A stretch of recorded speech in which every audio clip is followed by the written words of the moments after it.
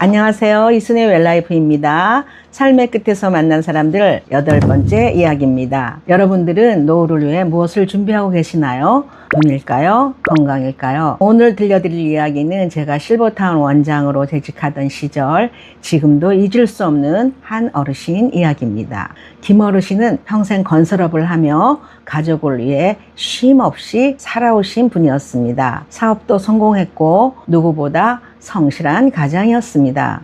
하지만 사업 실패와 가족 간의 금전 문제로 부인과는 오래전 헤어져 연락이 끊겼고 둘째 아들과 함께 생활하다 그 아들마저 해외로 이민을 가게 되었습니다. 입주 상담을 마친 뒤 둘째 아들이 제게 조용히 부탁했습니다. 원장님, 아버지가 여기 계신다는 사실을 다른 가족에게는 알리지 말아주세요. 그 말이 이상하게 오랫도록 내 마음에 남았습니다. 김 어르신은 그렇게 홀로 실버타운 생활을 시작했습니다. 1년 동안 단 한 번도 가족이나 친척이 찾아오는 일은 없었습니다. 말수는 적었지만 다른 사람에게 피해를 주지 않으며 조용히 생활하셨고 가끔 창밖을 오래 바라보시는 모습이 참 쓸쓸해 보이곤 했습니다. 그러던 어느 날 지병이 악화되어 병원으로 옮기게 되었고 끝내 회복하지 못한 채 세상을 떠나셨습니다. 장례식장 역시 너무도 조용했습니다. 큰아들은 해외 출장 중이라 늦는다고 했고 둘째 아들은 귀국을 하는 중이라고 했습니다.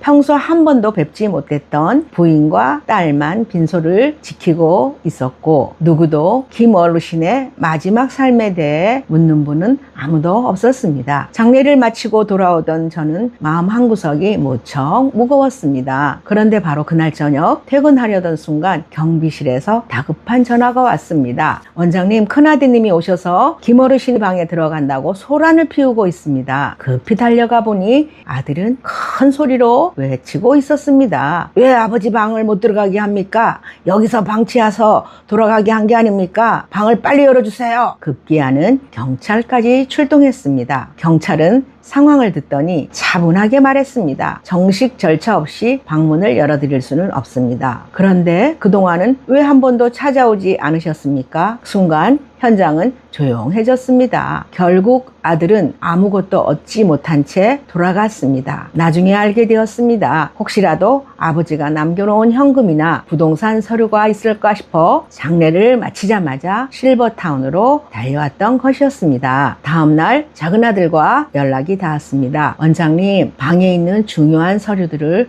보관해 주십시오. 유품을 정리하던 중 책 한 권 사이에서 오래된 신문 스크랩 한 장이 떨어졌습니다. 노랗게 빛바랜 종이에는 이렇게 적혀 있었습니다. 실버 노후기, 전원주택 마련, 질병 치료비 마련, 건강과 친구를 만들자, 남은 여생을 즐기자.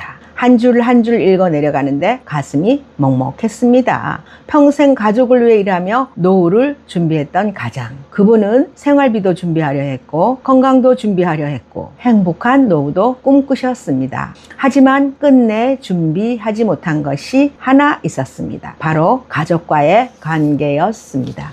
실버타운에서 수많은 삶의 마지막을 지켜보며 저는 한 가지를 배웠습니다. 노후는 돈만 준비한다고 행복해지는 것이 아니라는 것을요. 통장 잔고보다 더 중요한 것은 마지막까지 함께 웃고 울어줄 사람을 곁에 두는 일입니다. 혹시 오늘 문득 떠오르는 사람이 있으신가요? 오랫동안 연락하지 못했던 부모님, 형제, 자녀, 친구. 오늘 하루가 지나가기 전에 안부 전화 한 통 걸어보시는 건 어떨까요? 사랑은 미루면 늦을 수 있지만 오늘의 따뜻한 말 한마디는 누군가의 평생 기억이 될 수 있습니다. 김 어르신의 빛바랜 신문 스크랩은 지금도 제 마음속에 선명하게 남아 있습니다. 그리고 오늘도 제게 조용히 같은 질문을 던집니다. 당신은 무엇을 준비하며 살고 있습니까?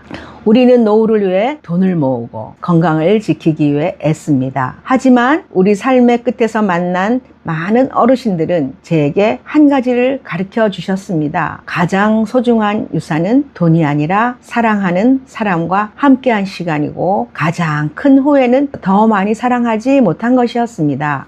어쩌면 우리가 가장 먼저 준비해야 할 것은 통장 잔고가 아니라 사랑하는 사람과의 관계인지도 모르겠습니다. 사랑은 살아있을 때 전해야 합니다. 오늘 망설이지 말고 그리운 사람에게 먼저 안부를 전해보세요. 그 한 통의 전화가 평생의 후회 대신 평생의 감사와 따뜻한 추억으로 남게 되기를 바랍니다. 지금까지 이순혜의 웰라이프였습니다. 감사합니다.